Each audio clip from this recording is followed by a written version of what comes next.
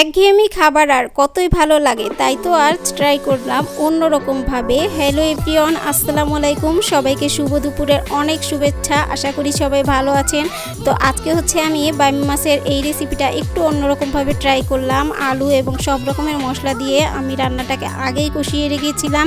এখানে রান্নাটা প্রায় 3% হয়ে গেছে, আর 1%ই বাকি আছে। তো এখন হচ্ছে আমি এটাকে একটু বাগার দিব। তেলের সাথে কালো জিরা এবং তেজপাতা, এই দুইটাই দিব, বেশি কিছু দিব না। আর আপনারা চাইলে পাঁচফোড়নও দিতে পারেন। পাঁচফোড়ন আমার ভালো লাগে না, তাই আমি দিচ্ছি না, আমি অ্যাভয়েড করছি। আপনাদের যদি পছন্দ হয় দিতে পারেন, ভালো লাগবে। তো এখন এটাকে আমি বাগার দিব, সব কিছু এর ভিতরে দিয়ে দিলাম।